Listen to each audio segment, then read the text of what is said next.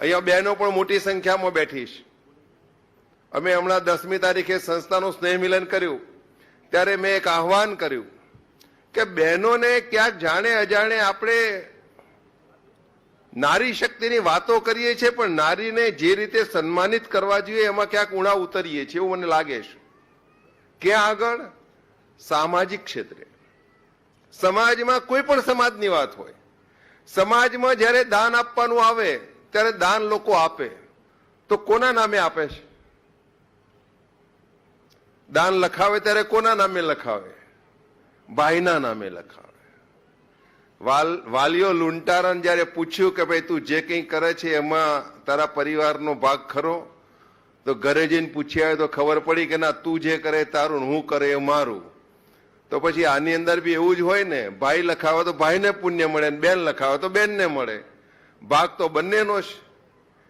એટલા માટે મહિલાઓને, નારી શક્તિને સામાજિક ક્ષેત્રે દાન આપવાની બાબતની અંદર પણ અગ્રેસર કરવાનો એક કોન્સેપ્ટ અમે સમાજમાં મૂક્યો છે. અને મને આનંદ થાય કે એ જ દિવસે 10 કરોડ રૂપિયાનું દાન મહિલાઓ થકી જાહેર થયું છે. 50 તોલા સોનું જાહેર થયું છે, 40 કિલો ચાંદી જાહેર થઈ છે. આ બધું જ એક સનાતન ધર્મની શક્તિ માટે જાહેર થાય છે. એટલા માટે આ બધાને મારી નમ્ર વિનંતી છે કે એકવાર અચૂક વિશ્વ ઉમિયા ધામમાં આવો.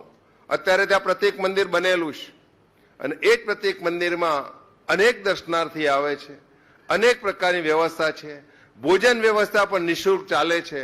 આ બધાની પાછળ સમાજનો એક એક હિન્દુ એમાં જોડાય અને આ સનાતન ધર્મના પ્લેટફોર્મ પર કોઈ પણ સમાજની બુદ્ધિશાળી, શક્તિશાળી ને પ્રભાવશાળી વ્યક્તિઓ પોતાને એમ લાગે કે મારે સમાજને કંઈક આપવું છે, તો એવી વ્યક્તિઓ માટેનું પ્લેટફોર્મ એટલે વિશ્વ ઉમિયા ધામ છે.